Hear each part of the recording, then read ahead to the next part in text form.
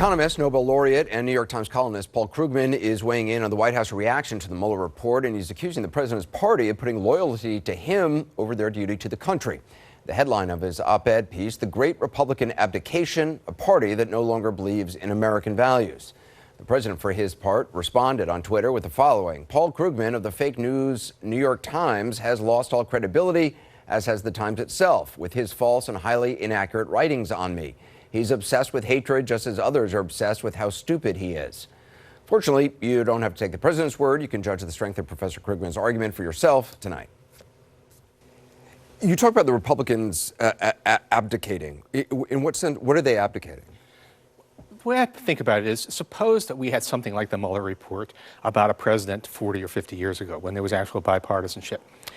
Everybody in Congress, or at least the vast majority of senators, would be saying, "This is terrible. At least we need to know more." We would have had, a Howard Baker type saying, "What did the president know? What did he do? When did he do it?" And instead, we have a complete silence. This was a horrifying story about the presidency, and not one important Republican figure has spoken out saying this is something wrong. Even in Watergate, though, it took time for Republicans to start to raise those questions. But yes, but they raised them as information came out. Now a lot of information is out. And this is, let's face it, this is much worse than Watergate. This is a foreign powers involved. It's a vast pattern. It's not some one event. It's also always interesting to do the flip test that if this was a Democrat who had done this, the Republicans would be, if not moving to impeachment, calling for it. Of course. Well, it really wouldn't matter. We know that if Hillary Clinton had been, had gotten that extra 100,000 votes in the three swing states, there would have been attempts to impeach her within a month of I mean, if Hillary Clinton had hired Chelsea Clinton to work in the White House and send her overseas to meet with Saudi Arabia or wherever. Yeah, I mean, this is, so it's hardly even worth saying. But yes, imagine what Republicans would be saying about the same information if it was a Democrat. You talk about they've abdicated this. Essentially, the deep-pocketed Republicans have embraced Trump in a way that they didn't in 2016. You think it's all about the tax cut? Yeah, there was some explicit stuff. Some of the big donors were saying, if you don't give us this tax cut, then we're going to give up.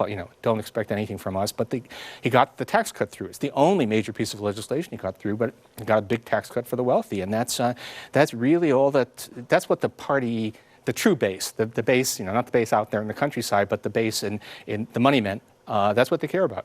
Well, one of the things that I've talked with former CIA Director General Michael Hayden a lot about, and he sort of uses this term, is the thin veneer of civilization, that we like to think democratic institutions are so deeply embedded in bedrock that any change would come slowly and would be thwarted ultimately by the institutions of democracy. But you write that it's very much up in the air whether America as we know it will survive. Sure. I mean, institutions are, in the end, people. The institutions depend upon the willingness of people to obey norms and occasionally to say, okay, this is not how we do things in our country.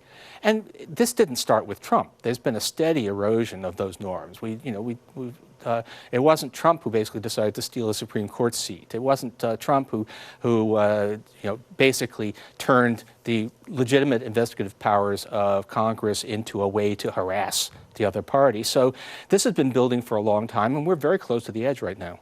When you say close to the edge, what does that mean to you? I think we'll on paper, we'll stay a democracy.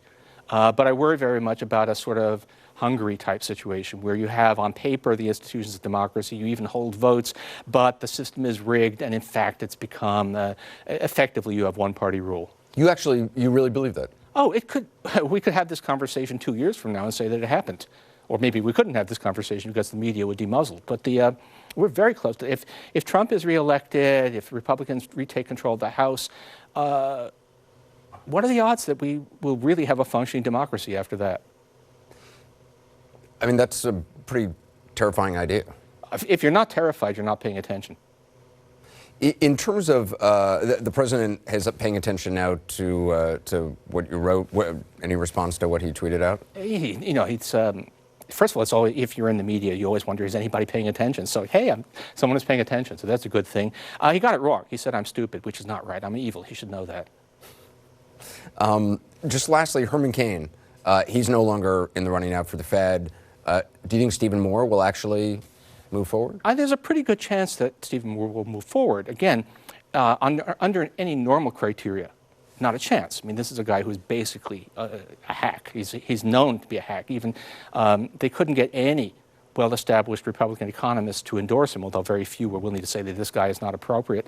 But he has been a Republican Party favorite because he tells them what they want to hear.